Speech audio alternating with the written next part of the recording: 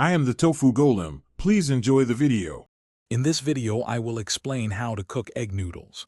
First, select your preferred type of egg noodle, often found in the pasta aisle.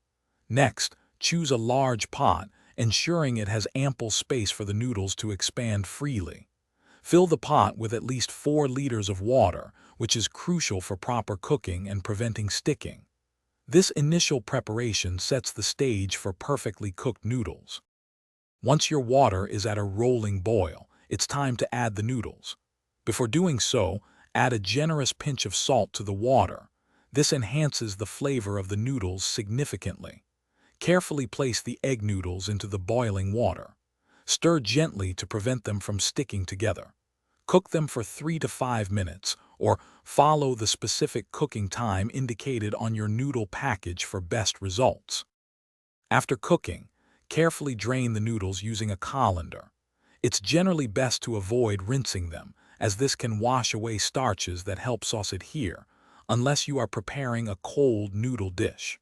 For warm dishes, immediately toss the drained noodles with your chosen sauce or a small amount of olive oil to prevent them from clumping.